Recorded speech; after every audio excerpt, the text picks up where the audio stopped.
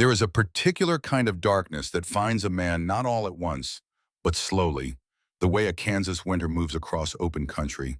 It doesn't announce itself. It doesn't arrive with thunder or ceremony. It simply comes, degrees at a time, until one morning a man wakes up and realizes the warmth he thought he had is gone, and has been gone for a long time, and he was the last one to know it. Ray Colton was 52 years old when he learned this about darkness. He was sleeping in the cab of a 2009 Ford F250 in the parking lot of a Home Depot in Omaha, Nebraska.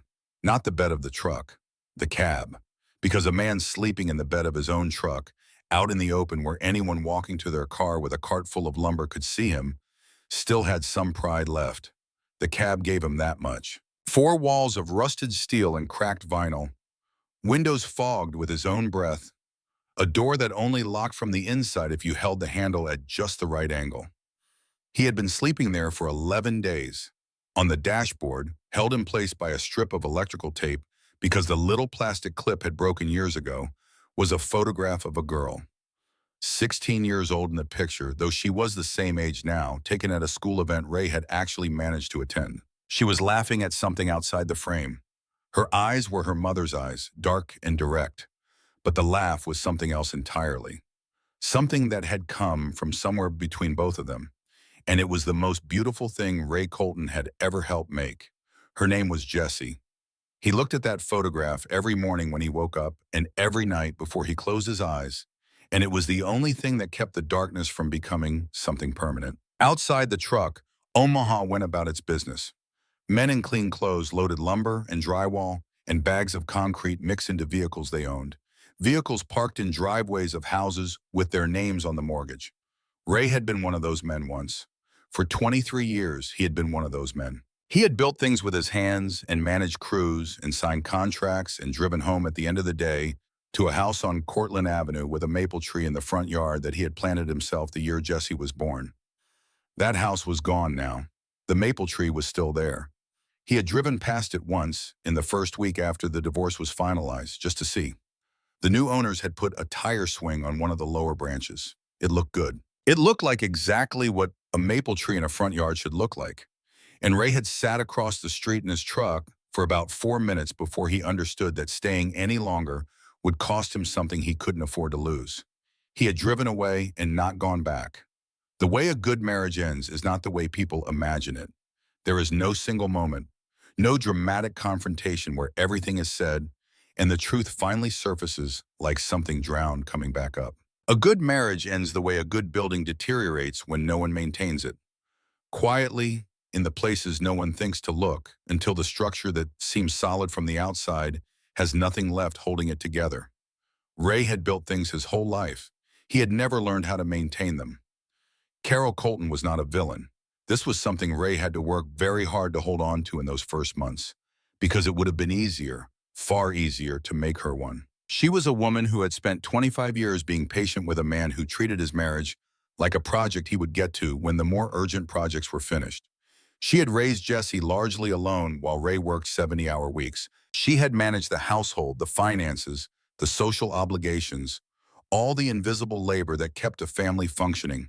And she had done it without complaint for a very long time before the complaints started, and then for some time after the complaints stopped being heard.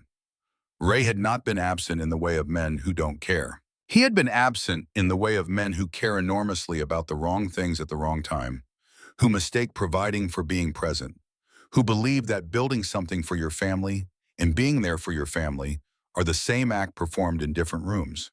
They are not the same act. Carol had tried to tell him this in various ways over many years, and Ray had heard her the way a man hears traffic, as background noise in a life oriented toward other priorities. When Carol finally decided to leave, she left the way she had done everything else in their marriage, thoroughly and without half measures. Her attorney was a woman named Hargrove, sharp and methodical, who had clearly reviewed every document, every account, every asset before the first meeting. Ray's attorney was a tired man named Patterson, who seemed defeated before the proceedings began, and who had told Ray in a quiet voice during a recess that the way Carol had structured their finances over the years, with the house in her name for tax purposes, the business accounts managed under her signature, The joint savings gradually moved to accounts Ray had access to in theory, but had never thought to monitor in practice, meant that what looked like a marriage was, on paper, something else entirely. Ray had trusted her completely. He had handed her the keys to everything and gone back to work, because that was what he knew how to do, and because he had believed, without ever examining the belief, that trust given freely would be honored in kind. He had been wrong about that, not wrong about Carol exactly. She had not set out to strip him bare from the beginning, the way a true schemer would. She had simply, over years of being undervalued and overlooked, made decisions that protected herself, and then more decisions. And then her attorney had taken those decisions and built from them a legal architecture that left Ray with almost nothing. It was not malice at the origin, but the end result of accumulated self-protection deployed by a skilled attorney against a man who hadn't been paying attention looked a great deal like malice from the receiving end. The business collapsed 6 months after the divorce. Without Carol managing the back office, contracts slipped. Invoices went unpaid and then unfiled. Suppliers lost patience. Ray had tried to hold it together the way he held everything together, through sheer physical effort and stubborn will. But you cannot frame a house when you are fielding calls from creditors at 6 in the morning and sleeping in your truck at night and carrying the particular weight of a man who has finally understood that he was the last person in his own life to know what was happening. He sold the equipment to cover the worst of the debts. The crew, men he had worked with for years, some of them for over a decade, found other jobs. There was no dramatic ending. There was just a Tuesday afternoon when Ray sat in an empty lot where his company's trucks used to park and understood that there was nothing left to save. That was 3 months before the Home Depot parking lot. That was 11 months before Kansas. He found the listing at 2 in the morning, the way a drowning man finds something to hold on to, not through searching exactly, but through desperate movement in a dark space. He had been scrolling through his phone because sleep wouldn't come, moving through forums and listings and the digital debris of other people's lives, when he saw it. Someone had posted it on a rural real estate forum with the energy of a person sharing a joke. Historic working ranch, western Kansas. As is. $1 plus assumption of back taxes. Motivated seller, the county. Serious inquiries only. And we do mean serious. The photographs showed devastation. A farmhouse listing to one side like a ship taking on water. A barn with half its roof gone. The remaining structure open to the sky, its wooden ribs exposed and bleached white by decades of sun. A windmill frozen mid-turn, its blades locked in a position that suggested the last wind that moved, it had moved it and then stopped, and the whole world had gone still since then. Fence lines that had stopped being fence lines and become something more like suggestions. Tilted posts connected by rust and memory. Ray looked at those photographs for a long time. Another man would have kept scrolling. Another man would have seen ruins and moved on. But Ray Colton had spent 30 years reading structures, understanding what was surface damage and what was bone-deep failure. And what he saw in those photographs was not a lost cause. He saw foundation stones that were still true. He saw walls that had not shifted from their original lines. He saw a place where someone had built something real, something meant to last, and the decades had been hard on it. But the thing itself, the essential thing, was still there underneath all the decay. He saw a problem that had solutions. He also saw the price. The back taxes totaled $8,200. Ray had $9,000 left in a checking account that was not frozen because Carol's attorney had not thought it worth the effort to touch something so small. $9,000 was everything he had in the world. Taking on the ranch would clean him out completely and leave him with $1, a truck, and a piece of broken-down property in a state he had passed through exactly once in his life. He called the county assessor's office when it opened at 8 the next morning. The woman who answered sounded surprised that anyone was calling about the listing. "I should tell you," she said carefully, "that property is in very rough shape. Been abandoned close to 20 years. No utilities connected. The well situation is uncertain. The house needs significant structural work." "I do structural work," Ray said. A pause on the line.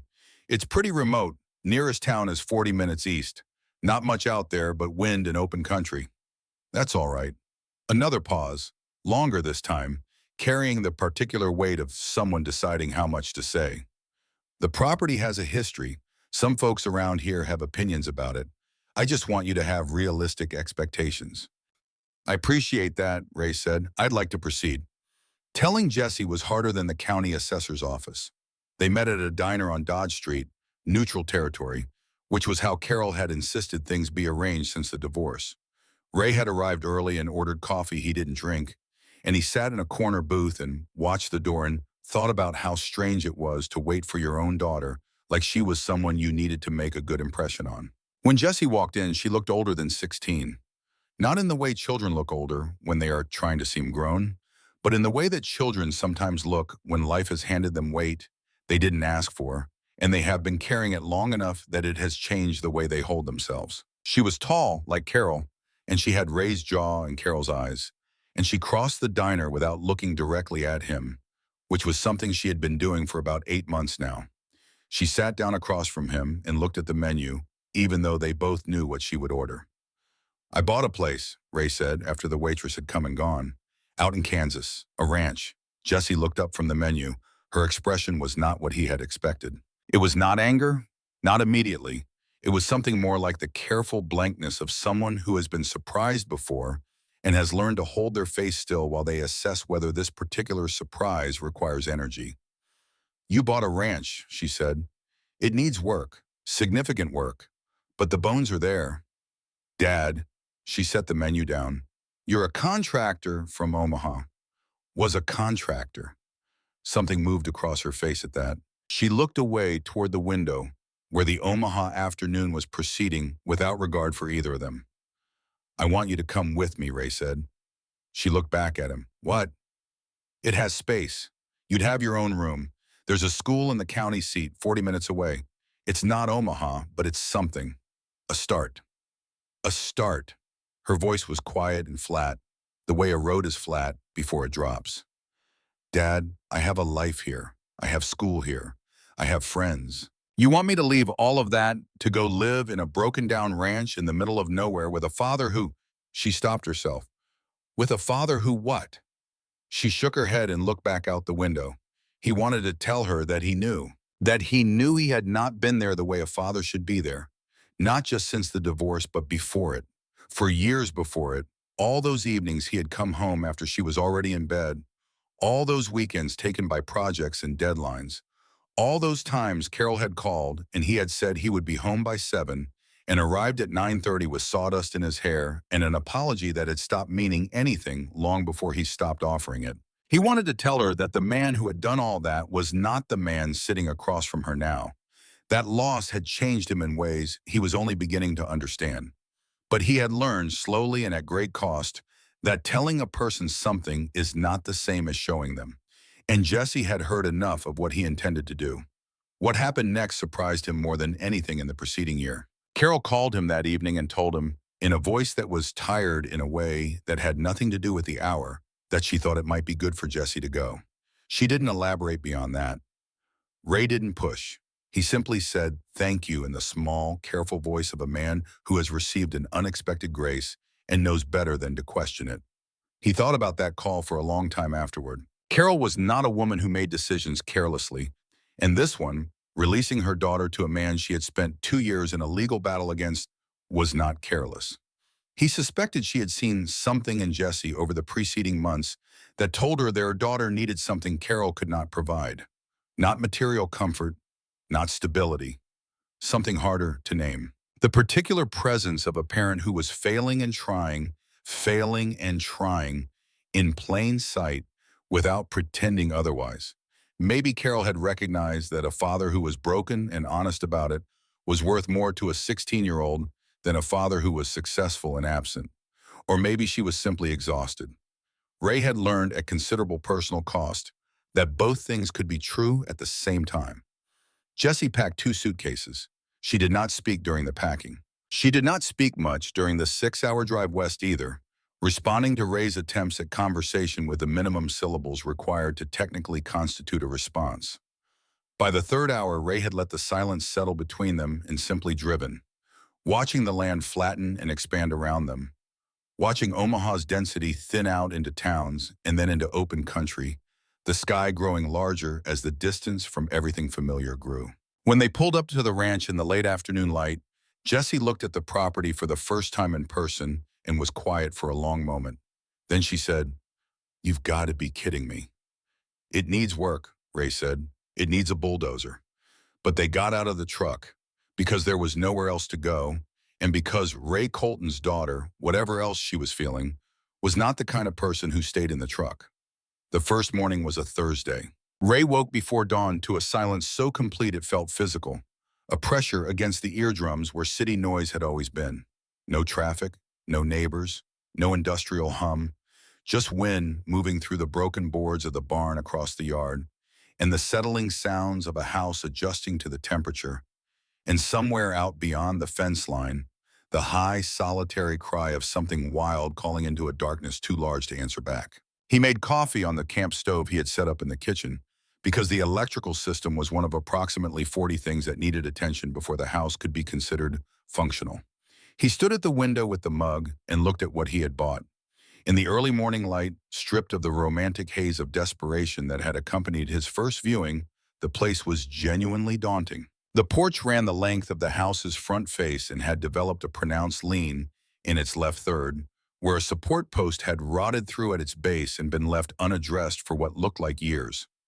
The roof over the back addition was missing shingles in a pattern that suggested a single significant weather event rather than gradual deterioration.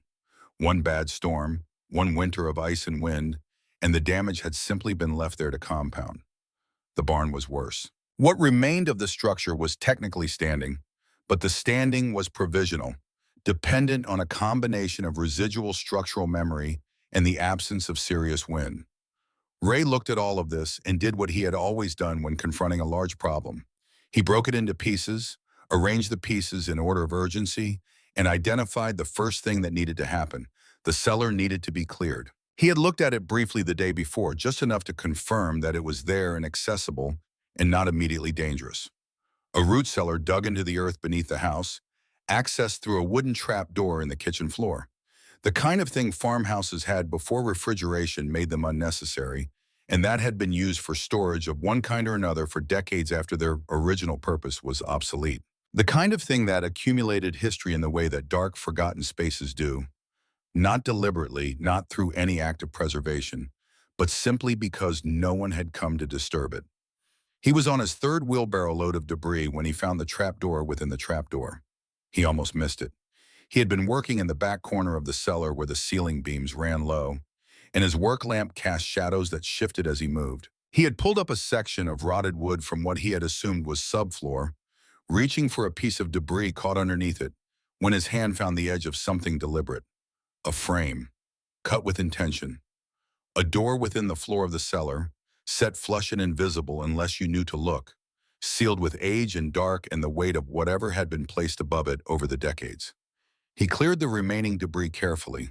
Then he found the lock. An iron padlock, rust-claimed at the corners but intact at the shackle, holding the trap door sealed with a determination that said, "Not accidental, not forgotten, hidden." Ray sat back on his heels in the dirt and looked at it for a moment. Then he went upstairs for his bolt cutters. The box was iron, heavy, roughly the size of a shoebox but denser, carrying the weight of a thing made to last rather than to be convenient. He carried it up into the afternoon light, set it on the porch railing where the sun could reach it, and looked at it for a long time before he opened it. The lock yielded to his bolt cutters on the second attempt. The lid, when he lifted it, released a smell that was particular and unmistakable to anyone who had spent time around old things. Paper and dust and something organic underneath. The specific scent of a life sealed away from air and time, and the indifference of the years. Inside, wrapped in oilcloth that had gone brittle at the edges, were the pieces of a life. A journal, leather-bound, its cover cracked along the spine. He opened it carefully, handling the pages the way you handle something that might not survive rough treatment. On the first page, in handwriting that was confident and careful, the letters of a man who had learned penmanship before it became optional. Property of Walter H. Briggs. January 1951. Beneath the journal, photographs. Black and white, faded to gray at the edges.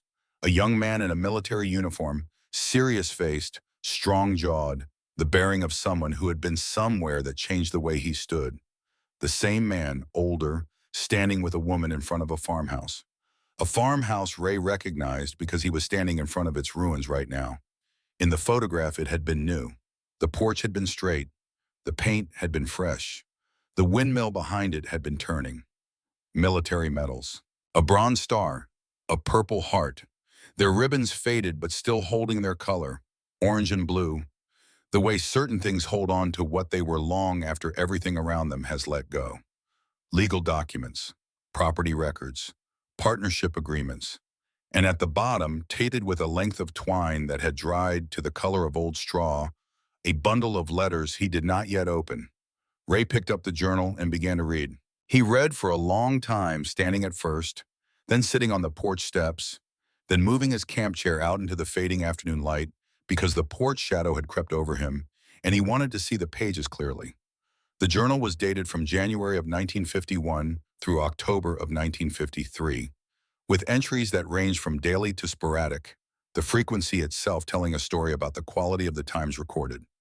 The early entries were the work of an optimistic man. Walter Briggs had come back from the war with a bronze star, a purple heart, and the particular determination of someone who has seen what the world can be at its worst and decided to answer it by building something good. He had found a piece of Kansas land and a partner named Clifton Marsh, and together they had put their names on a 50-50 partnership agreement and started a cattle operation with the energy of men who believed that hard work and honest dealing were sufficient protection against whatever the world might send at them.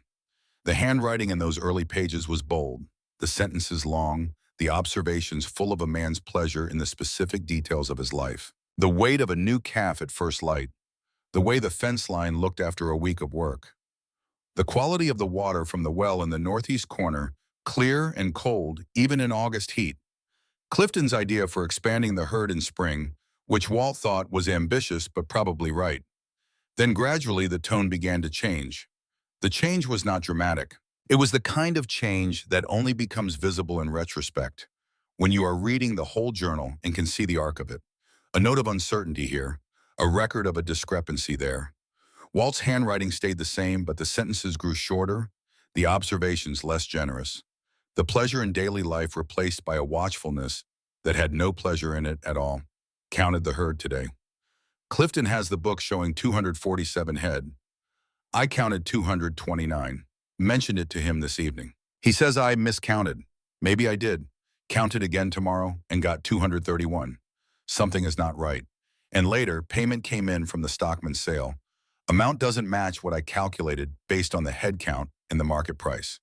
Clifton says the market was soft and buyers were difficult. Maybe, but the numbers don't add up the way they should. And later still, asked to see the full books today. Clifton got angry, said I was questioning his integrity, said he'd been handling the business side since the beginning and I should focus on the ranch work and trust him. I told him trust needs something to stand on. He didn't like that. Ray read those entries and felt something move in his chest that was not quite pain and not quite recognition, but lived in the territory between them. He had written almost exactly those words in his head, lying awake in the truck cab in the Home Depot parking lot, substituting Carol's name for Clifton's in the slow dismantling of their financial life for the stolen cattle and the false invoices. The specific facts were different. The shape of the betrayal was identical. Two men separated by 70 years who had made the same mistake. They had believed in people who were good at being believed in and had kept believing past the point where the evidence made belief reasonable, because trusting someone is an act of will as much as an act of judgment.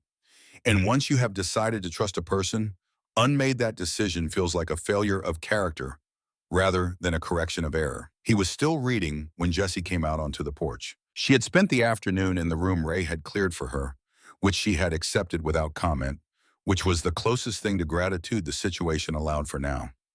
She stood in the doorway with her phone in her hand, and she looked at her father sitting in the camp chair with an old journal open in his lap, and something in his expression made her stop before she said whatever she had come to say. Found something, Ray said without looking up. Jessie leaned against the door frame. She did not come out, but she did not go back in. Guy named Walt Briggs owned this place back in the early 50s, Bought it with a partner, man named Clifton Marsh. They were going to build something together. Split everything 50-50, cattle operation, the land, all of it. Ray turned the page carefully. First couple of years, it sounds good, optimistic. Then things start to go sideways. Cattle counts that don't add up. Money going out that doesn't match what's coming in. Walt starts asking questions, and his partner starts getting angry. Jessie was quiet for a moment. "Sounds like someone we know," she said. It was the first real sentence she had directed at him since Omaha. Not a hostile sentence, not a loaded one. Just a sentence that acknowledged something they had in common, which was the experience of watching trust dissolve under the weight of evidence that the trusted person preferred you to ignore. Ray looked up. She wasn't looking at him. She was looking out at the darkening field, the broken windmill turning slowly in the evening wind, making its rusty quarter turn and stopping, quarter turn and stopping, like a clock that had lost confidence in itself. But the words were out there between them now, and they were not cruel words. They were just words, true ones. "The journal ends in October of 1953, Ray said, right in the middle of a sentence, like he was interrupted. "What happened to him?" "I don't know yet." Jessie was quiet for another moment. Then she pushed herself off the doorframe and came out onto the porch and sat on the railing with her back to the field, and she held out her hand for the photograph that Ray had set on the rail beside him. He handed it to her. She looked at the man in front of the farmhouse, at the woman beside him, at the straight porch and the fresh paint and the turning windmill. "He looks like someone who thought things would work out," she said. "He did," Ray said, "right up until they didn't." Agnes Holt appeared the following morning. Ray was loading debris into the truck bed when he saw her at the property line. A small woman bent with age, moving with the careful economy of someone whose bones had opinions about the cold. She was 91 years old, though she did not look it in the way some people don't look their age because they have maintained some youthful quality. She looked every one of her years and had simply decided that years were not a reason to stop moving. She stood at the edge of what had once been a proper fence and watched him with eyes that were sharp in a way that had nothing to do with age and everything to do with attention. "You're the fool bought this place," she said when Ray walked over. "Yes, ma'am." "Ray Colton?" He stopped. "That's right. You know my name?" She didn't answer that directly. She looked past him at the house and something moved across her face. Not quite pain and not quite relief, but something that lived in the territory between them, in the space where long-held things finally find a little room. "Used to be something fine," she said. "Before." Before what?" She looked at him then, directly and for long enough that he felt assessed in some thorough way he couldn't fully account for. The kind of assessment that takes in not just what a person looks like, but what they are made of and whether it will hold. "Before the wrong man won," she said. She turned to leave, and Ray almost let her go. Then he remembered what he had found the day before, and he said, "I found a lockbox in the cellar. Belonged to a man named Walter Briggs." Agnes stopped walking. She did not turn around immediately. She stood with her back to him for long enough that the wind moved through the grass between them twice, bending the dry stalks east and letting them straighten and bending them again. "Word of advice, Mr. Colton," she said finally, still not turning. "If you start finding things, old things, it might be best to leave them where they are. Some history is better off buried." She walked back toward her property without looking back. Ray stood in the morning light and watched her go, and understood, with the clarity that sometimes comes from watching the way a person moves when they don't know they're being read, that Agnes Holt was not warning him away from history in the abstract. She was warning him away from something specific, something she knew, something that had been waiting a very long time for the wrong person not to find it. That night, Ray found the watch. He was finishing the last corner of the cellar, working by lantern light, on his knees in the dirt clearing the area near the back wall, when the light caught something between two floorboards. A glint of tarnished metal, barely visible.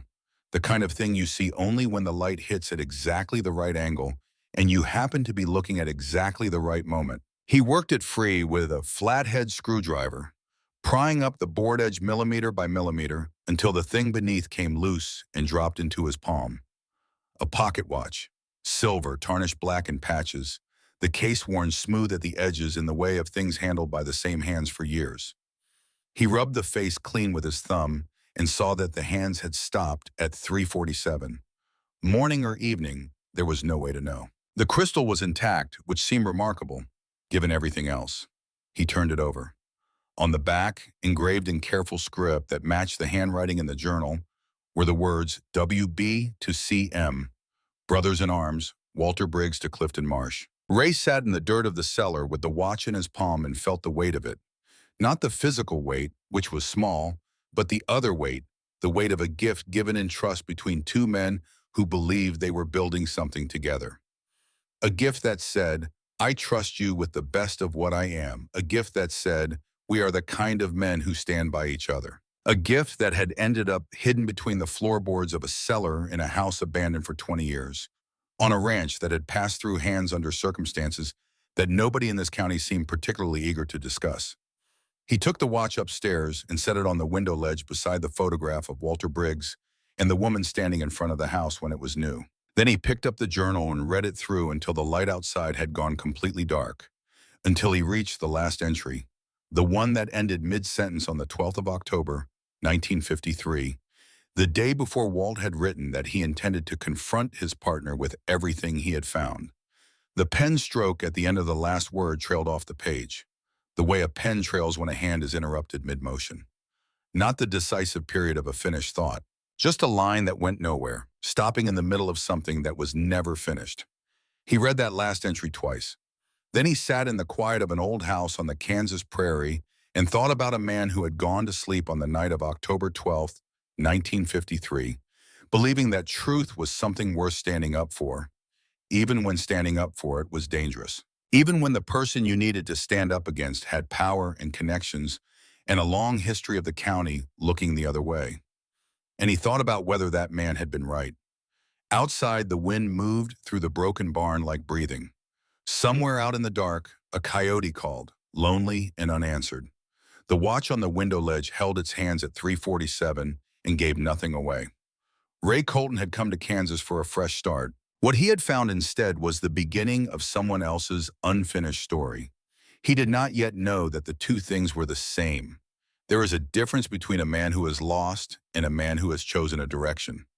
The difference is not always visible from the outside.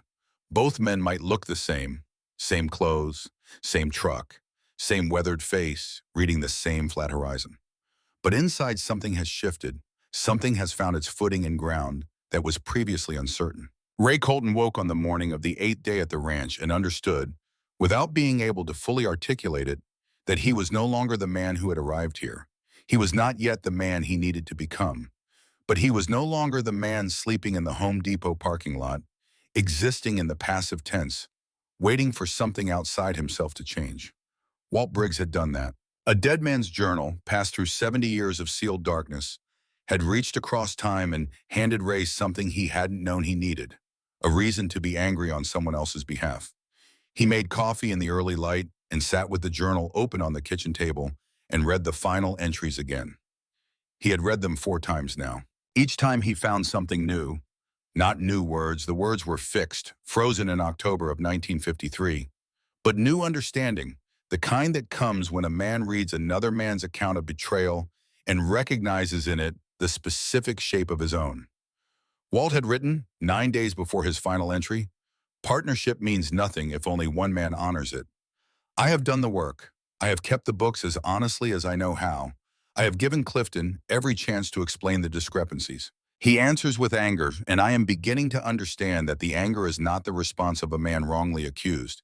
It is the response of a man who has been found out. Ray had put down his coffee cup when he first read that and sat with his hands flat on the table for a long time. Because he had written almost exactly those words himself, in his head, in the long, silent nights of his truck cab, substituting Carol's name for Clifton's, and the slow dismantling of their financial life for the stolen cattle and the false invoices. The specific facts were different. The shape was identical. 2 men, separated by 70 years. One had hidden evidence in an iron box and gone to a meeting he did not return from. The other had sat in a parking lot and stared at a photograph of his daughter and wondered if he still had anything left worth fighting for. Ray picked up the journal, closed it carefully, and placed it back in the iron box. Then he went to find his daughter. Jessie was at the kitchen table with her phone, as she usually was in the mornings, but the phone was face down, which was unusual. She was looking out the window at the broken windmill in the early light, watching it make its slow, uncertain quarter turns in the morning wind. And she did not look up when Ray came in, but she did not perform the specific variety of not looking up that meant she was deliberately ignoring him. This was a distinction Ray had learned to read in the past months. She was thinking, which was different. He poured a second cup of coffee and sat across from her. "I need to go to the county seat today," he said. "Look at some records." "What kind of records?" "Property records, from the 50s. I want to see what actually happened to this ranch after Walt Briggs disappeared." Jessie was quiet for a moment. Outside, the windmill made a slow quarter turn in a gust of wind and stopped again. "You think something happened to him?" "I think something happened to him." She picked up her phone, looked at it, put it back down face first. "I'll come." Ray looked at her. "I have nothing else to do," she said, which was Jessie's way of saying yes without the vulnerability of saying yes. The county seat of Ford County was a town called Dodge City, which Ray had heard of the way everyone had heard of it, the vague familiarity of a name absorbed from westerns and history lessons, and which turned out to be a real place with a real county courthouse and a real records office staffed by a woman in her late 50s named Beverly, who wore reading glasses on a beaded chain and looked at them the way people in small towns sometimes look at strangers. Not unfriendly exactly, but alert in the way of someone who understands that strangers asking questions have reasons for their questions that may not be entirely comfortable. Ray explained what he was looking for: property records, late 1953 to 1955, for the ranch parcel west of town currently registered in his name. Beverly's fingers moved across her keyboard. She pulled up records, scrolled, printed several pages, handed them to Ray across the counter without much ceremony. Ray read, then he read again. "Property seized for unpaid debts and back taxes, April 1954. Total liabilities, $11,400. Sold at public auction, May 1954. Sale price, $5,500. Purchaser, Clifton Marsh." Ray set the paper down on the counter. "He was the only bidder?" Beverly looked at the screen. "According to the record, yes." "And the mineral rights, the water rights?" More clicking, a longer pause. "Severed from the surface property in June 1954. Registered to Marshland Holdings." She peered at the screen. "Current holder is listed as Garrett Marsh. What's the current assessed value of those rights?" Beverly looked uncomfortable in the specific way of someone who knows the answer and wishes they didn't have to give it. She clicked through several screens. "Estimated value as of last assessment, $640,000. Jessie, standing slightly behind Ray's shoulder, made a small sound that was not quite a word. Ray kept his voice level. "Is there a record of Clifton Marsh's position in county government during that period?" Beverly's discomfort became something more specific. She looked at him over the top of her glasses. "Mr. Colton, I'm just asking what the public record shows." A pause, then as she typed slowly as though hoping the answer would change if she approached it carefully. "Clifton Marsh served on the Ford County Commission from 1952 to 1961. Ray nodded slowly. "So the man who sat on the county commission that would have approved the seizure of his business partner's property was also the man who showed up as the only bidder at the auction and purchased it for less than half the total debt." Beverly said nothing. She looked at her screen with the expression of a woman who has just realized she has been drawn into something larger than a routine records request and cannot now extract herself without the extraction itself becoming part of the record. "Thank you," Ray said. He gathered the printed pages and turned toward the door. "Mr. Colton." Beverly's voice was quiet. He stopped. "The Marsh family has been in this county a long time. Garrett Marsh, Clifton's grandson, he owns the bank here. Sits on the commission, same as his grandfather did. I'm not telling you anything you couldn't find out yourself. I'm just saying." Ray looked at her steadily. "I understand." "I hope you do," she said, and the way she said it made clear that she hoped this with some urgency. They ate lunch in the truck in the courthouse parking lot because neither of them wanted to sit in a diner in a town where the wrong person might overhear something, and Ray did not yet know who the wrong people were, which meant he had to assume they were everywhere. Jesse read through the printed records while Ray drove to the far end of the lot where the shade of an old cottonwood made the cab slightly less brutal. He was on the commission, Jesse said. She said it the way people say things they already suspected but hoped were not true. He approved the seizure of his own partner's property. Looks that way. And the mineral rights. He took those within 2 months of getting the land. Within 2 months of Walt disappearing. She looked up. How much did you say they were worth? 640,000. That's current value. So Walt Briggs was sitting on land worth a fortune, and his partner knew it, and Walt didn't. Or Walt started to figure it out. Ray tapped the journal on the seat between them. He mentions in here that Clifton was having the property surveyed without telling him. He thought it was about the cattle operation. I think it was about what was underground. Jesse was quiet, looking out the windshield at the courthouse, at the Ford County seal above the door, at the world as it presented itself in the ordinary light of a Tuesday afternoon.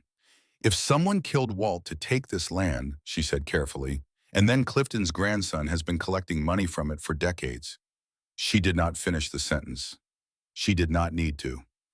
Yeah, Ray said. They drove home in the particular silence of two people who have just understood that they have walked into something that is larger than it appeared from the outside and shows no sign of getting smaller. He found the metal tube in the barn foundation the next afternoon.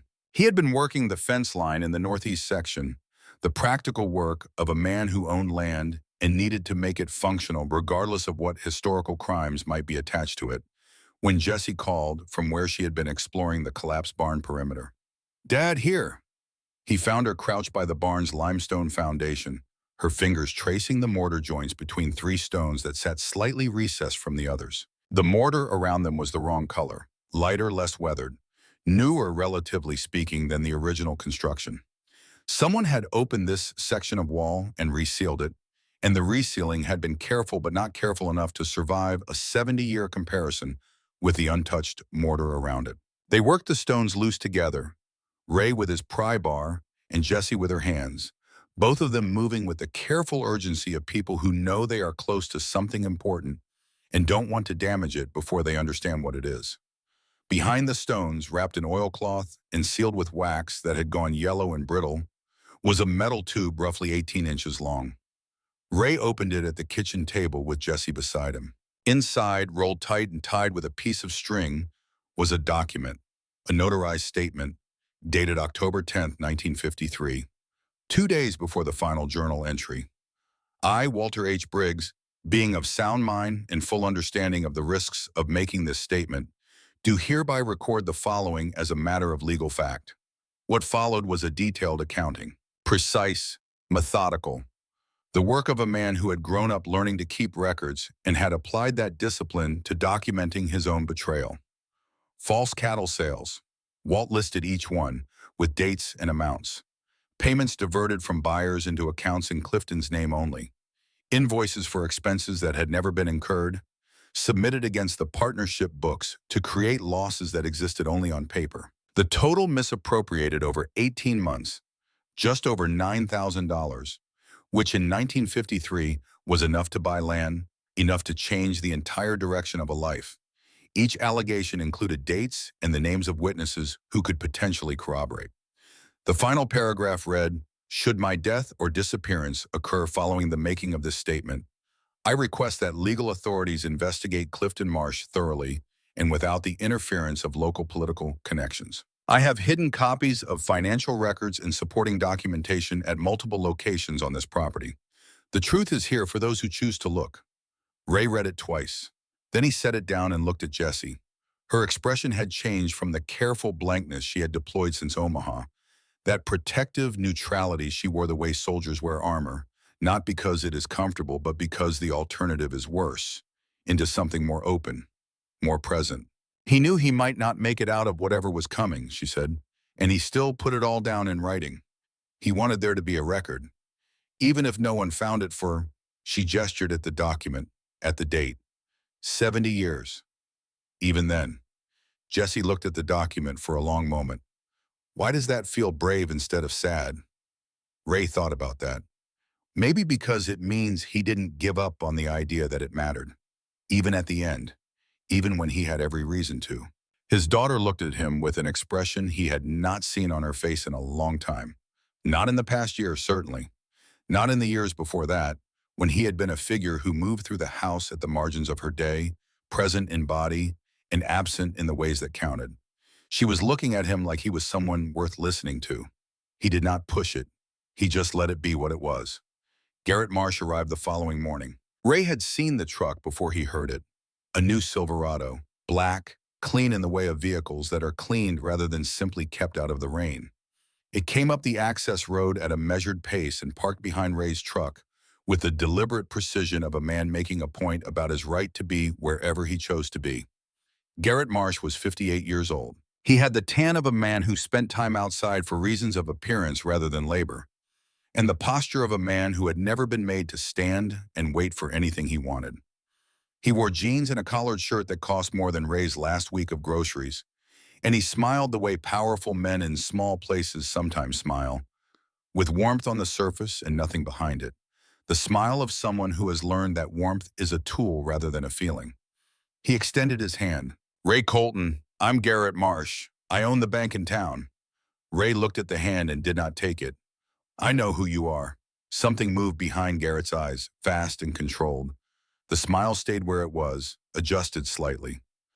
"I heard you've been asking questions over at the courthouse about the old property history. I've been getting to know my land." "Of course." Garrett looked past Ray at the house, at the work Ray had done on the porch, at the new boards replacing the rotted ones. "Place is looking better. You've got skills." "What can I do for you, Mr. Marsh?" The smile recalibrated again. "I'll be direct. My grandfather worked this land for years after his partner left. He took on significant debt trying to keep the operation viable. The family has an attachment to the history here. I'd hate to see that history disturbed by misunderstandings." His partner didn't leave, Ray said. A silence. Not a surprise silence. A silence of the kind that follows a statement that has been expected and prepared for. The silence of a man who has rehearsed his response and is now deciding whether to deploy it. "Old stories get complicated over time," Garrett said carefully. "People remember things the way they need to remember them. I'm not working from memory. I'm working from documents." Another silence, slightly different in quality. Garrett Marsh looked at Ray with the eyes of a man running calculations, assessing what was known and what was inferable and what the most efficient response to both might be. "I'd like to make you an offer. $50,000 for the property, as is today. That's significantly more than market value for a parcel in this condition. It would give you a real fresh start." "Not interested." "Mr. Colton, I said no." Garrett held his gaze for a long moment. Then he nodded once, the way men nod when they have received an answer they expected and were hoping against. "I understand." He turned back toward his truck. "I hope you'll reconsider. Life in a rural county can be complicated for someone without deep roots. It helps to have neighbors who are willing to help." He drove away at the same measured pace he had arrived at, the black Silverado leaving a thin line of dust on the access road. Jessie came out of the house where she had been listening from the other side of the screen door. "He's scared," she said. "He's scared," Ray agreed. "What happens next?" "He makes our life difficult and hopes we leave." The next morning, Ray's account at the Dodge City Community Bank was frozen for what the phone representative described as irregular activity requiring review. The hardware store in town declined his order without explanation. The feed and supply store on the county road said they were out of stock on everything Ray needed, which would have been more convincing if the shelves behind the counter had not been visibly abundantly full. "Can he just do that?" Jessie asked that evening. "Just freeze your money?" "He owns the bank. That's not legal." Legal and what actually happens are two different things in a place where one family controls most of the economy. Jessie sat with that for a moment. Then she said quietly and with a heat that Ray had not heard from her before, not anger directed at him, but anger beside him, which was an entirely different thing and felt like the difference between a door slamming in your face and a door opening. "Then we need someone he doesn't control." Dana Reeves had her office above a hardware store in Garden City, 20 minutes further east than Dodge City, which placed it outside the immediate sphere of the Marsh family's local influence. Ray found her through the state bar directory, looking specifically for someone with no visible ties to Ford County. Her nameplate was unassuming, her handshake was direct. She was 44 years old, with the efficient manner of someone who had built her practice on clients who couldn't afford to waste time on pleasantries, and she listened to Ray's account without interrupting, making notes on a yellow legal pad in handwriting so small he couldn't read it from across the desk. When he finished, she sat back and looked at the documents he had brought: the notarized statement, the property records, the partnership agreement, for a long time. "If what you're describing is accurate," she said, "and this documentation is authentic, which it appears to be, then the 1954 seizure was fraudulent. A county commissioner voting on the seizure of his business partner's property, then purchasing it at a below-market auction as the only bidder, is textbook self-dealing. It would void the seizure and the mineral rights. If the seizure is void, everything that flowed from it is potentially void, every subsequent transfer." She looked at him over her notepad. "That would include Marshland Holdings' current claim to the mineral and water rights, worth $640,000. Worth $640,000. She set down her pen. "Mr. Colton, I want to be clear with you about what this means. We are talking about dismantling the legal foundation of a family's financial empire. The Marsh family will fight this with everything they have, and they have considerable resources. We would need to build a very strong case before taking any action." "What would a strong case need?" "More than what you have. The financial records Walt Briggs mentions in his statement, if those exist, they would be significant. Any physical evidence connecting Clifton Marsh to Walt Briggs's disappearance." She paused. "A body would help considerably." "Walt mentions a well." Dana looked at him. "In his statement?" "In a letter. There are letters, threats, sent to Walt in the months before he disappeared. The last one mentions a meeting place, the old well, northeast corner of the property." Dana was quiet for a moment. "Have you found that well?" "Not yet." "Find it," she said. The letters were in the root cellar wall. Ray had avoided the back section of the root cellar for practical reasons.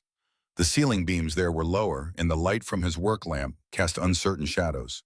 But structural probing with a long screwdriver had confirmed the beams were sound, and he had finally worked his way in with a flashlight and the particular determination of a man who has run out of other places to look and understands that not looking is no longer an option. Behind a loose board in the back wall, wedged into a gap between the foundation stones where it would be invisible to anyone who was not specifically looking for it, was a bundle wrapped in wax paper. 12 letters, on plain stationery, no return address, no signature. The postmarks were from Dodge City, which told him nothing useful except that they had been sent by someone with access to the local post office, which in 1953 meant approximately everyone. He brought them to the kitchen table and read them in order. June 1953. "You need to stop asking questions. The business is what it is. Take your share and be grateful." July. "Your nosing around is causing problems. Some things are better left alone. Think about what you have to lose." August. "This is your last warning. Drop the accusations or face consequences. You have a woman who cares about you. Think about her." The September letter was explicit in a way that made Ray's jaw tighten. Accidents happen to stubborn men. Fires, falls, disappearances. Nobody would be surprised if a rancher met a bad end out here. The land is unforgiving, and so are some of the people on it. He read them to Jessie that evening. She listened without moving until he finished. "There's one more," he said. He placed the final letter on the table between them. Dated October 11th, 1953, the day before Walt's last journal entry, the entry that ended mid-sentence with a pen stroke that trailed off into nothing. "Tomorrow morning, 6 a.m., the old well, northeast corner. Come alone if you want to settle this. Bring your proof if you think it matters. We'll find out what the truth is worth." Jessie read it twice. Then she looked up. "He went. He went. He knew it was a trap, and he went anyway. He thought—" Ray stopped, started again. "He thought that if he went with enough proof, enough documentation, something official, it would matter. That the truth would be enough protection. Was he wrong?" Ray looked at his daughter. "He was wrong about surviving it. I don't know yet if he was wrong about the truth." Jessie was quiet for a long moment. Outside, the prairie wind moved through the long grass in slow waves, visible through the kitchen window. The whole field breathing like a sleeping animal dreaming about something large. She said, without looking at him, You know what's the hardest part of reading all this? What? He sounds exactly like you. The way he writes, the way he thinks. He just kept believing that if he did the right thing would happen. She paused. Mom's lawyer used that against you. The fact that you trusted her, like trusting someone was evidence of stupidity. Maybe it was? No, Sant. Her voice was firm, firmer than he expected. Trusting people isn't stupid. Punishing someone for trusting you is what's wrong. That's what Clifton did to Walt. And that's what... She stopped herself. You can say it, Ray said. She shook her head, not refusing, processing, working through something that required more care than speed. I used to think you were weak, she said finally, carefully, like a person placing weight on ice they are not certain will hold. I thought Mom was strong because she planned everything, and you were weak because you just worked and trusted her and didn't see it coming. But reading Walt, being trusting isn't the same as being weak. It means you believed in something, even if the other person didn't. Ray did not say anything. He understood that some things, said aloud in the presence of a daughter, need to be received in silence to remain intact. After a moment, Jesse picked up the final letter. We need to find that well. The old survey maps were in the county courthouse on the third visit, retrieved by Beverly after a long pause, and with the expression of a woman who had made a private decision she was not entirely certain about. Ray photographed every page. Back at the ranch, he and Jesse spread the historical survey on the kitchen table alongside Walt's hand-drawn property map and aligned them carefully, checking landmark against landmark until the two maps told the same story about the same piece of land. There it was, northeast corner, marked on both maps with the same symbol, a circle with a cross, the universal shorthand for a water source, at coordinates that placed it roughly half a mile from the house, in what was now overgrown pasture that had been reclaiming itself from human use for the better part of 2 decades. They found it on a Thursday afternoon, navigating by GPS, pushing through waist-high grass and brush that grabbed at their boots and jeans as they moved. The ground in the northeast corner was subtly different. A slight depression in the terrain, a bowl-shaped lowering that was only apparent once you were standing in it, the kind of thing that might read as a natural feature to an eye that wasn't specifically looking for something made by human hands. When Ray kicked the grass aside, his boot struck concrete. They cleared the vegetation together, pulling back years of growth from the edges of a concrete cap roughly 6 feet across, weathered and stained and cracked at one edge where freeze and thaw had done their patient work, but intact. Cast into the surface, in letters still legible after 70 years of Kansas weather. Marsh Construction, 1953. Jessie crouched beside it, her hand resting on the letters, tracing them the way you trace something you want to be certain is real. She did not say anything for a long time. The wind moved through the grass around them. The sun was lowering toward the western horizon, painting the prairie in copper and amber. He's down there, she said quietly. Not a question. Probably, Ray said. We need to call someone. Ray was already reaching for his phone to call Dana Reeves when he saw the lights on the access road. 2 trucks moving fast, followed by a third vehicle he recognized after a moment as a concrete mixer. They came across the property without slowing, cutting through the long grass, heading directly toward the well site with the purposeful momentum of people who know exactly where they are going and why, and are operating on a schedule that does not include interruption. Ray and Jesse moved back into the deeper grass without discussion, an instinct shared without a word. Garrett Marsh stepped out of the lead truck. He was wearing different clothes than the day he had come to offer $50,000. Work clothes now, practical clothes. The clothes of a man who has come to do something rather than to perform something. His face in the failing light was stripped of the performed warmth it had carried during that earlier visit. He was directing men with equipment, pointing at the well cap, issuing instructions in a low voice that Ray could not make out from the distance. The concrete mixer positioned itself. Hoses were run. The work was practiced and fast, the movements of people who had been briefed on exactly what needed to happen and were being paid well enough to do it without asking questions. Within 30 minutes, a new layer of concrete, thick, dense, poured with the focused efficiency of men operating under time pressure, had been applied over the old cap, over the letters, over the evidence that a man named Clifton Marsh had sealed this well in 1953 In the same year, his business partner had disappeared from the face of the earth. Garrett stood and watched the work with the expression of a man checking items off a list, the particular focused satisfaction of someone managing a problem rather than solving it. Because this was not a solution, this was a delay. And somewhere in the back of his mind, in the place where people keep things they know but prefer not to examine, Garrett Marsh probably understood that. Then as the mixer was being repositioned, he turned and looked directly at the darkness where Ray and Jesse were standing. He could not see them, Ray was certain of that. But he turned toward them anyway, toward the specific patch of darkness where they happened to be, and called out in a voice calibrated to carry across the field and into whatever ears might be listening. Mineral rights give me authority over subsurface water sources on this parcel, Mr. Colton. Sealing abandoned wells is standard safety procedure. Perfectly legal.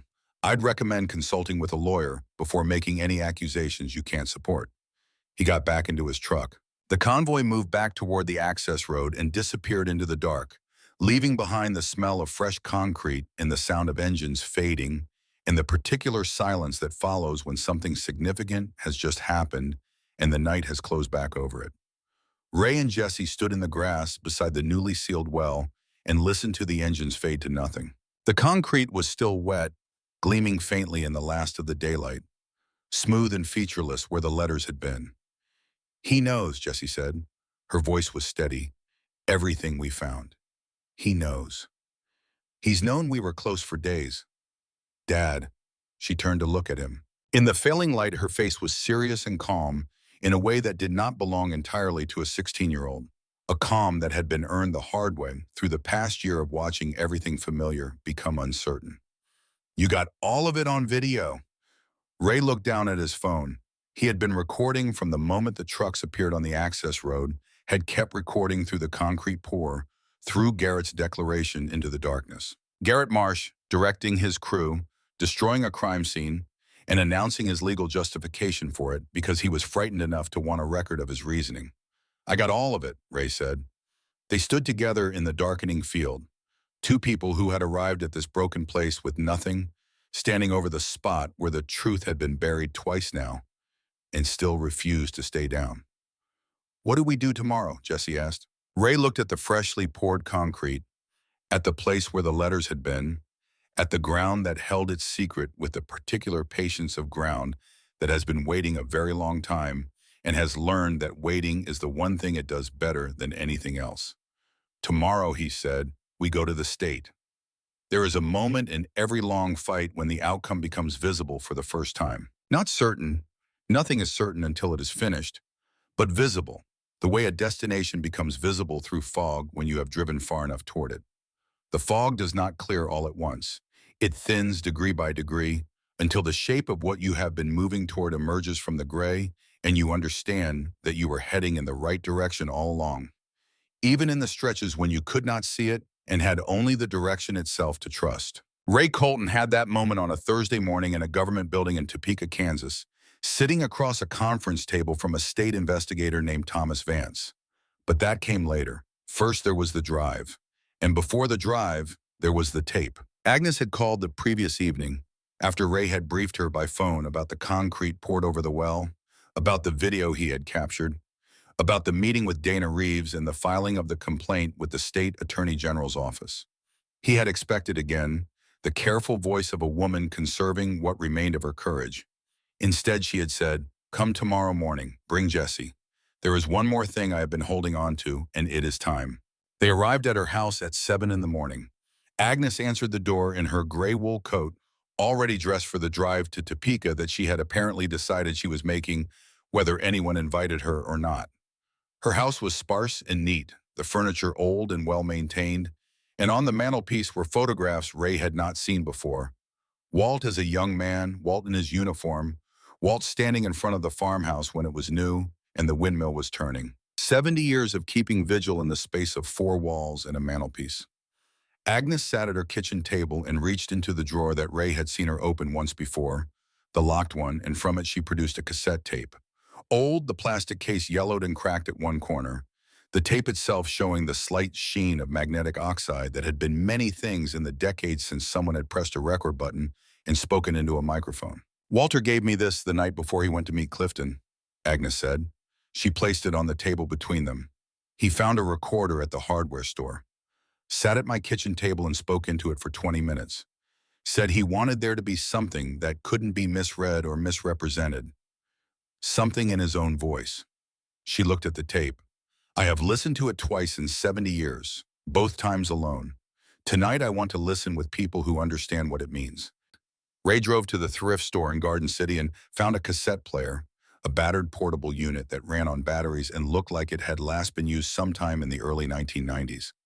He tested it in the parking lot with a cassette someone had left inside, an old country album, tinny and distant through the small speaker, and confirmed it worked. Back at Agnes's kitchen table, with Jesse sitting beside the old woman and Ray across from both of them, Agnes inserted the tape with hands that did not tremble, because she had been preparing for this moment for 70 years and was not going to let her hands embarrass her now.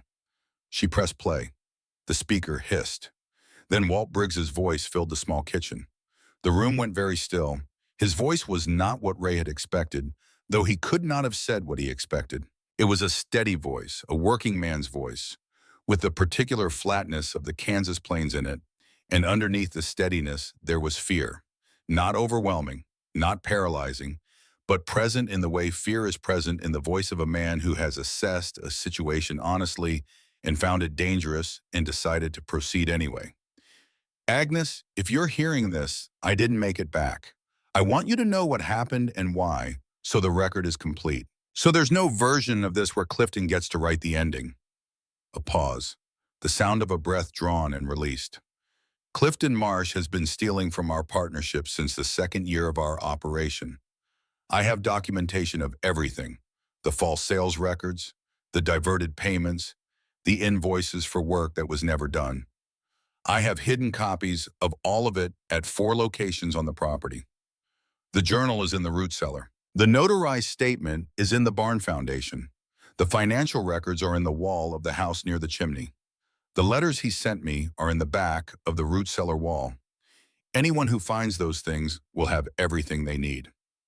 Another pause. Tomorrow morning I'm going to meet Clifton at the old well. He says we can settle this between us. I believe he means to kill me. I am going anyway because I cannot think of another way forward. A man who runs from his own evidence hands the story to the person who wants to bury it. I would rather face him with everything I have and lose than let him write the ending without a fight. The tape hissed softly. When Walt spoke again, his voice was quieter. There will be someone, Agnes. Maybe not soon.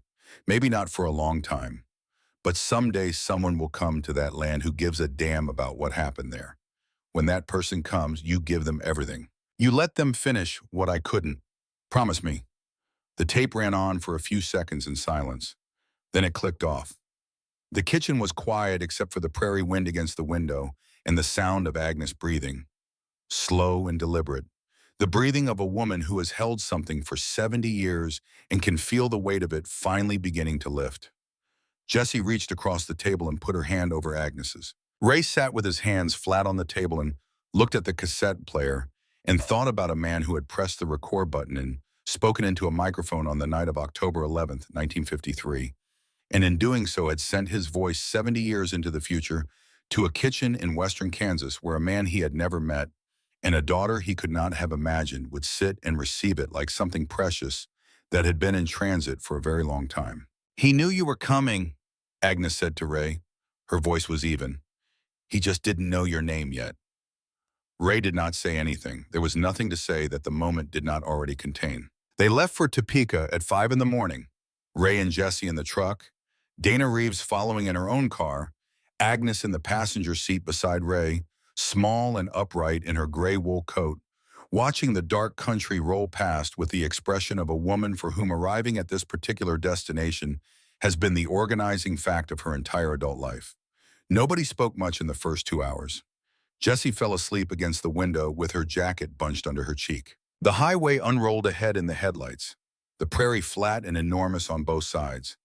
The sky beginning its slow transition from black to indigo somewhere around the 2-hour mark. At some point in the 3rd hour, without preamble, Agnes said, "He was afraid, you know. Walt, in the end." Ray kept his eyes on the highway. "He came to me the night before. October 11th, he sat at my kitchen table and he was afraid. And he showed it, which was something Walt didn't do easily. She paused. He showed me everything he had put together. Every document, every record, every letter. He told me where he had hidden the copies. He made me promise. What did you promise? That if he didn't come back, I would wait. That I would keep everything safe and I would wait for someone who would care enough to finish it. Her voice was even and steady, the voice of someone reciting something they have rehearsed for decades. Not because it requires rehearsal, but because saying it out loud requires a certain formality to be survivable. He said, Agnes, there will be someone, maybe not soon, but someday someone will come to this land who will understand what happened here. When that person comes, you give them what they need. Ray said nothing. The highway unrolled ahead of them. I waited 11 years before I accepted he was never coming back. She said it without particular inflection, the way people describe facts that have been processed so many times. They no longer require emotion to carry them. And then I kept waiting anyway, because I promised. Topeka appeared on the horizon eventually, the Capitol dome catching the early light, and Ray pulled into the government complex parking lot with the particular clarity of a man who has driven 4 hours toward a reckoning and arrived at it and is ready now to see what it holds. Thomas Vance was 53 years old, gray at the temples, with the unhurried manner of a senior investigator who had learned that urgency is a form of error, that the most important things require stillness to assess properly, and that the appearance of being moved too quickly by evidence is itself a form of evidence about the quality of the work. He came into the conference room carrying a legal pad and a cup of coffee and sat down across from them without ceremony. Dana laid out the case in the order she had organized it during the drive, which was the order of a person who understood that the first job was not to impress, but to be believed. The partnership agreement, the journal, the notarized statement, the property records showing the fraudulent seizure, the 12 threatening letters, culminating in the one that named the well. The video of Garrett Marsh and his crew pouring concrete over a potential crime scene in the middle of the night while announcing his legal justification to the darkness. And finally, the cassette tape, which Dana played through the small, portable player Ray had purchased that morning. Walt's voice filled the conference room. Vance listened without interrupting through the entire presentation. He made notes. He examined each document with the care of someone accustomed to evaluating the difference between evidence and story, between what can be proven and what can only be suspected, and between what a good investigator knows and what a good investigator can take to court. When Dana finished, Vance looked at Agnes. Mrs. Holt, he said, you've held this evidence for 70 years. Yes. Why not come forward earlier? Agnes considered the question with the patience of someone who has considered it 10,000 times and has a clear answer that still requires care in the telling. Fear in the beginning. Clifton Marsh was a powerful man in a small place, and I was a young woman alone, and I had watched what happened to Walt when he stood up to that power. She folded her hands on the table. Later, it became something else, waiting for the right person, waiting for someone who would understand not just the facts but the meaning of them. Vance looked at Ray. And you're that person. I'm the person who showed up, Ray said. I bought the ranch because I had $9,000 and nowhere to go. I found the box because it was in the cellar of a house I was trying to make livable. Everything after that was just following what was there. You had no prior knowledge of the Marsh family or their holdings. I'd never heard of them before I got here. Vance looked at him for a long moment with the evaluating gaze of a man who has been lied to professionally for decades and has developed reliable instincts about it. Then he looked back at the documents and the cassette player and the photograph of Walt Briggs that Agnes had brought, the one from the mantelpiece, Walt in his uniform with his bronze star and the Kansas plains behind him. There is one significant gap, he said.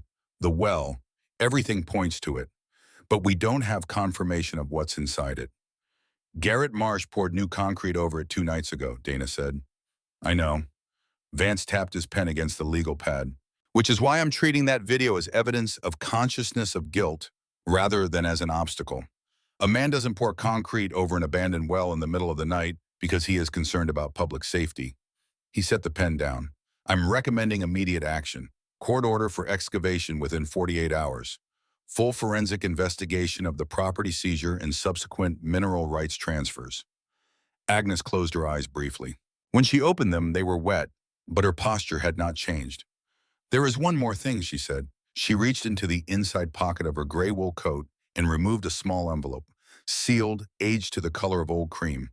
The kind of envelope that has been opened and resealed many times and finally sealed for the last time, with the understanding that the next person to open it would be the person it was always meant for.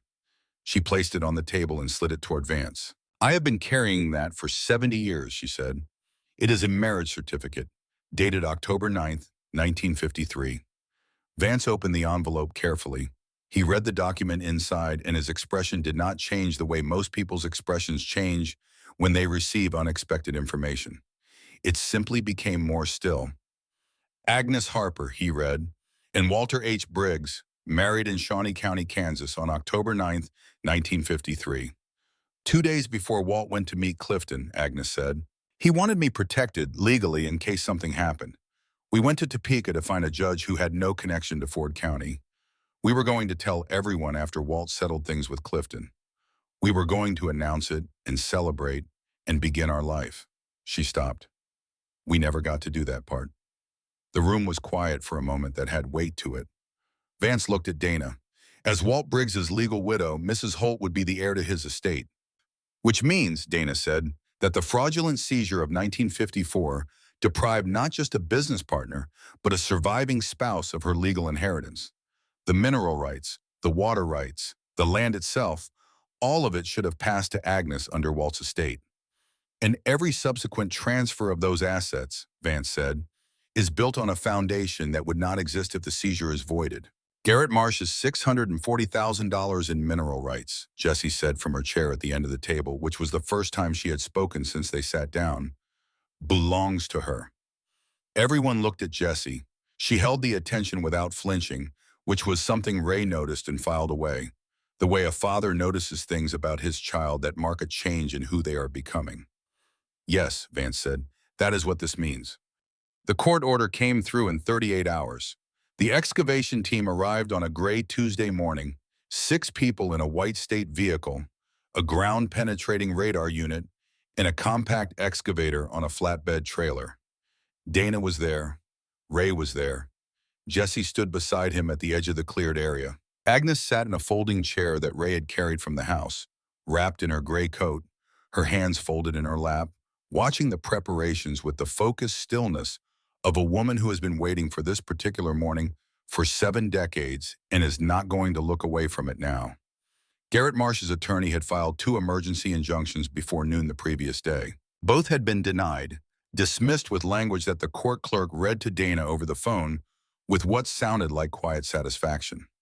The lead investigator was a woman named Dr. Patricia Hale, forensic specialist, methodical and calm, in the way of people who do difficult work regularly and have made their peace with what it requires of them. She walked the site, examined the fresh concrete Garrett had poured, and directed her team to begin at the perimeter, documenting every layer before disturbing anything below it.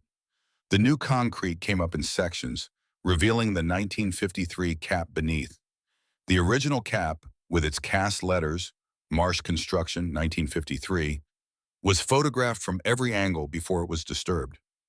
Dr. Hale's team moved with the deliberate care of people who understand that what they are doing cannot be undone, and that the record they are making here will matter in ways that extend beyond this field and this Tuesday morning. The well was 40 feet deep. It had been dug at a depth inconsistent with water access in this part of Kansas, where the water table sat much higher. There was no practical agricultural reason for a well this deep in this location, Dr. Hale noted this in her initial report without editorial comment, because the job of a forensic investigator is to record what is and allow the facts to carry their own weight. On the second day of excavation, they found bones. Ray was standing 30 feet back with Jessie when Dr. Hale emerged from the equipment cluster and walked toward them with the measured pace of someone carrying news they have delivered before and have not grown accustomed to. "We've located human remains consistent with the time period in question," she said. "I want to prepare you before we proceed further."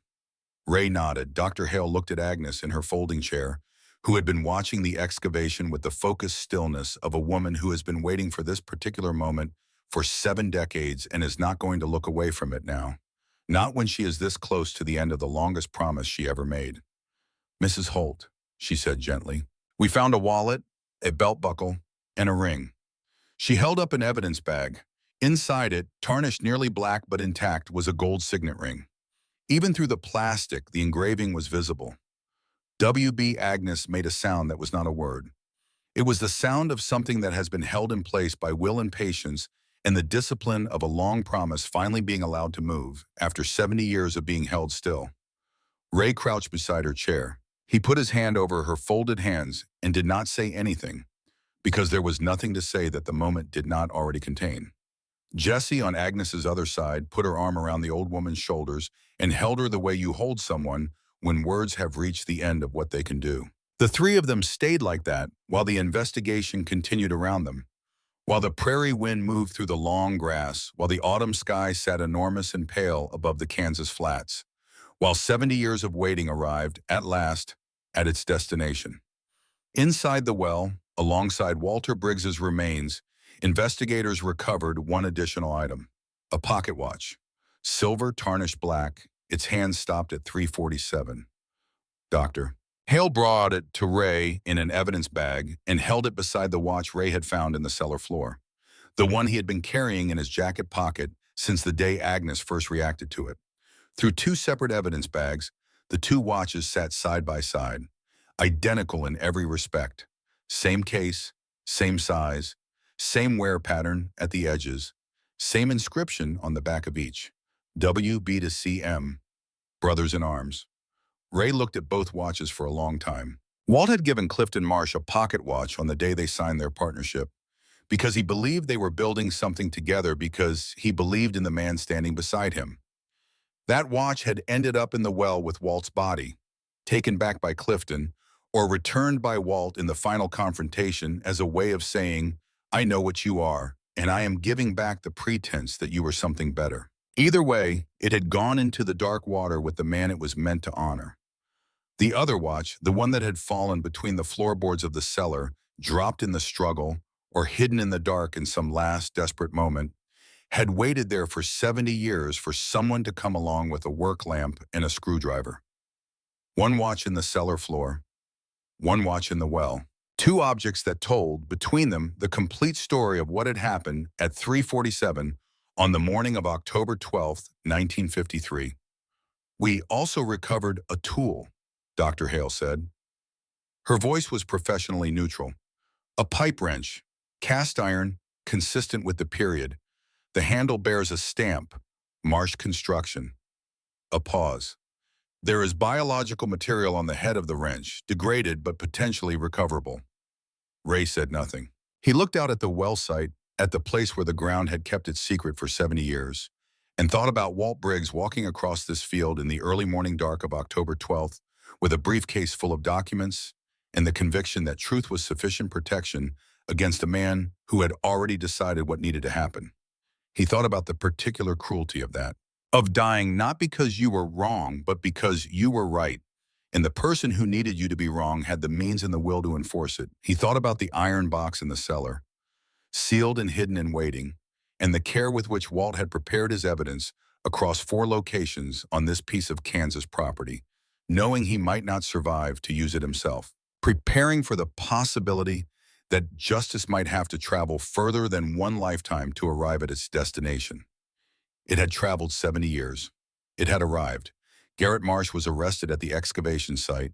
He had arrived mid-morning with his attorney, apparently believing that his physical presence might exert some influence on proceedings that were, by that point, well beyond the reach of local influence. He stood at the perimeter and watched with the expression of a man watching a building he owns burn down. And when Dr. Hale's team brought up the pipe wrench and the evidence was cataloged in front of him, something went out of his face that did not come back. Some quality of certainty, of the unexamined confidence that comes from never having been seriously challenged, that had served him and his family for generations and was now reaching the end of its useful life. 2 state troopers approached him with the careful professionalism of people who have done this before. Garrett Marsh, you are under arrest for destruction of evidence and obstruction of justice in connection with an active forensic investigation. His attorney began speaking immediately, a rapid, confident stream of legal language, and the troopers waited for it to finish before proceeding, which it eventually did, and then they proceeded. Ray watched Garrett Marsh's hands being cuffed behind his back and felt something he had not expected to feel. Not satisfaction exactly, not the clean, bright feeling of a score settled. Something quieter and more durable. The specific relief of a thing that has been wrong for a very long time being made, at least in this one respect, less wrong. The understanding that justice, when it finally comes, does not arrive as triumph. It arrives as correction, as the slow return of a thing to where it was always supposed to be. Jessie stood beside him. She did not say anything. She watched with the steady eyes of a person who has decided that bearing witness is itself a form of justice, that being present when the record is corrected matters even when the correction comes late. The Ford County Sheriff, a man named Braddock who had spent 20 years cultivating a relationship with the Marsh family and making himself useful to them in ways he had preferred not to examine too closely, submitted his resignation 4 days later, before the state investigation into county government could formally request his testimony. The county commission opened a public inquiry into the Marsh family's historical influence over local governance. A state audit of Marshland Holdings was initiated. The name Clifton Marsh was removed from the Ford County Civic Achievement plaque that had hung in the courthouse lobby since 1971. The removal was done quietly, on a Wednesday evening, without announcement, by a maintenance worker who had been given the assignment without explanation and completed it without ceremony, which was appropriate because there was no ceremony to be found in any of it. Carol called on a Friday evening, 3 weeks after the excavation. Ray was on the porch when his phone rang, watching the sun go down over the repaired fence line, the new post running straight and true along the western boundary of the property. He had spent the day doing the work his hands knew how to do, the honest physical labor of a man making something functional and lasting. And he was tired in the way that leaves a person feeling used well rather than used up. He saw Carol's name on the screen and answered. "I saw it on the news," she said. "What you did out there?" "We did it. Jessie was part of it." A pause on the line. "I know, she told me." Another pause, longer. "Ray, I need to say something, and I need you to let me say it without interrupting." "All right." "What my attorney did, the way she structured things, the way we handled the finances, I let it go further than it should have. I was tired and I was angry, and I told myself it was just using the legal options available to me. But I knew it wasn't right. The way you were left with nothing." She stopped. He could hear her breathing, the specific rhythm of someone choosing words carefully, wanting to get them right. "That wasn't what I wanted. I wanted out of the marriage. I didn't want to destroy you." Ray sat with that for a moment. The sun was almost down, the prairie going orange and deep purple at the edges, the sky doing what the Kansas sky does in the evenings of late fall, which is to make the world look briefly like something more than it is. "I wasn't there the way I should have been," he said. "For years. You have real grievances." "I have real grievances," she agreed. "And I handled them in a way I'm not proud of. Both things are true." This was the most honest conversation they had ever had about their marriage. Not the most comfortable, not the easiest, but the most honest, which was something they could have used 20 years earlier and were only managing now, at the far end of everything, when the damage was done and the only thing that remained was the question of what to do with the truth of it. "How is she?" Carol asked. "She's good. She's really good." "She talks about you differently now." Ray did not say anything. "She used to talk about you the way I talked about you," Carol said, with that particular tiredness. "And now she talks about you like," she seemed to search for the word, "like she respects you." "She earned that," Ray said. "Not me. She did the work alongside me." "You gave her something to work alongside." They talked for another 20 minutes, not about the past, which had been addressed as much as it could be addressed in a single phone call, but about Jessie, about school, about what came next for all of them. When they hung up, it was dark and the first stars were appearing over the Kansas plain, and Ray sat on the porch and breathed the cold night air and felt the specific lightness of a man who has put down something heavy that he has been carrying for a long time. Not the lightness of a problem solved. Some problems don't get solved, they just get accepted. but the lightness of two people deciding to be honest with each other, finally, after years of being very skilled at not being that. Not forgiveness exactly, not yet, and maybe not completely, ever, but the beginning of something that could grow toward it, given time and the willingness of two imperfect people to keep trying. Walt Briggs was buried on a Saturday in November. The date was not accidental. Agnes had chosen it deliberately. The 14th of November had been the date they had set for their wedding, before everything. 71 years later, they had their November together, the only way that remained available to them. The turnout surprised Ray. He had expected a small gathering, himself, Jesse, Agnes, Dana, maybe a few people from the county who had followed the story in the local news. Instead, the church was full, filled with people from Dodge City and Garden City and smaller towns across Ford County who had read the story or heard it from someone who had, and who had come to pay respects to a man they had never known, but whose story had reached them through the particular way that true stories travel, not through channels or algorithms or official pronouncements, but through people, person to person, because the truth of it resonated with something they recognized. Descendants of people who had known Walt in 1953 were there. An elderly man named Coulter, 84 years old, who said his father had worked cattle with Walt and had always told the family that something was wrong about how things ended, that the story the Marsh family told didn't sit right with what he knew of Walt Briggs' character. A woman from Wichita who had driven 4 hours because her grandmother had been a neighbor of Agnes's for 40 years and had told her the story of the woman next door who was waiting for justice that never came and never stopped waiting. They had all come because justice had come. Agnes spoke from the front of the church, standing without assistance, her voice carrying to the last pew. Walter Briggs was a good man, she said. He was not a perfect man, but he was a good one, and in the ways that matter most: honesty, courage, the willingness to stand up for what is right, even when the cost is everything. He was better than most. She looked out at the assembled faces, at all the people who had come to say the name that had been left unsaid for too long. He was taken from all of us by a man who chose greed over honor, who chose power over truth, who believed that the right amount of concrete could bury anything permanently. A pause. He was wrong about that. Walt made sure he was wrong about that by leaving behind evidence that would outlast him, by trusting that someone would eventually care enough to find it. She looked at Ray, who was sitting in the front pew with Jesse beside him. Mr. Colton came to this county with nothing, she said. He came because he had nowhere to go, and what he found was not a fresh start, as he had hoped, but something harder and more valuable. He found a purpose. He found a fight worth having, and he fought it, not for money, not for recognition, but because a good man's name deserved to be cleared and a good man's truth deserved to be told. Her voice was steady and certain, the voice of someone who has waited 70 years for a moment and finds, now that it has arrived, that she is equal to it. Walt would have liked him. Ray looked at the casket at the front of the church, at the bronze star and the purple heart placed on top of it, returned from the iron box to the man they had honored, and felt the particular weight of standing in the place where something unfinished has finally, at great cost and after great patience, been finished. He thought about the iron box in the cellar, about the moment he had lifted it into the afternoon light without knowing what it contained or what it would cost him or what it would return to him.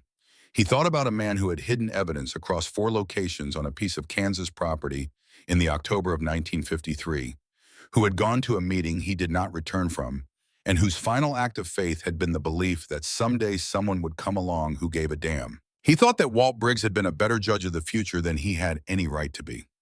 Agnes passed away 6 weeks after the funeral. She went in her sleep, in her own bed, in the house she had lived in for 70 years, half a mile from the ranch where Walt Briggs had built something and lost it and waited in the dark ground for someone to come and say his name again. The doctor said her heart simply stopped, quietly in the night, the way the hearts of very old people sometimes stop when they have finished the work they set themselves to do.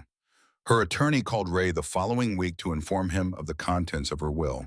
She had left him everything: the ranch, fully cleared of the Marsh family's claims by court order; the mineral rights and water rights restored to Walt's estate and passed to Agnes as his widow, and now passing to Ray as her designated heir. The total value of the inheritance was assessed at just over $650,000, plus the land itself, plus the house he had been rebuilding board by board for months. There was one condition, stated in the will in Agnes's handwriting, which her attorney read to Ray over the phone in a voice that suggested he had found it remarkable. The property shall be known henceforth as the Briggs Colton Ranch, in honor of the man who built it and the man who saved it. This name is not negotiable.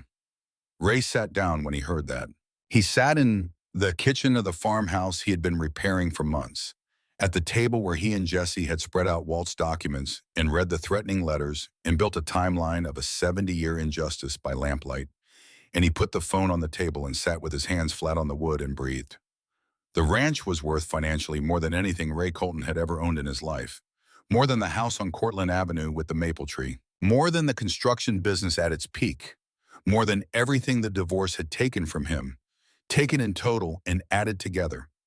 But that was not the thing that made him sit down.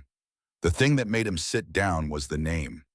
The man who built it and the man who saved it. The way Agnes had placed those two things beside each other as if they were equivalent, as if what Ray had done, buying a broken ranch for $1 because he had no other options, following a trail of evidence left by a dead man, refusing to walk away when a powerful man told him to, was comparable to what Walt had done. Building something from nothing, holding on to it in the face of betrayal, trusting that the truth would eventually find its way to daylight even if he was not alive to see it arrive.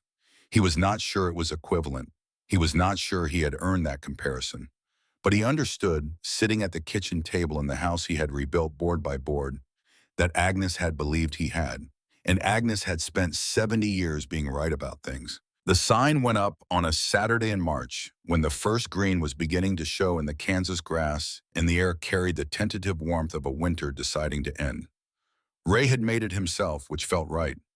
Pine boards, routed lettering, sealed against the weather with 3 coats of exterior varnish, because this was something that needed to last. He had spent 3 evenings on it in the barn, which was now fully stabilized, its frame reinforced, the collapsed section rebuilt with lumber he had sourced from a mill in Garden City, and cut himself.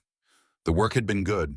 The work had been the kind of thing his hands knew how to do and his mind needed to do, the particular medicine of making something real and useful and lasting out of raw material.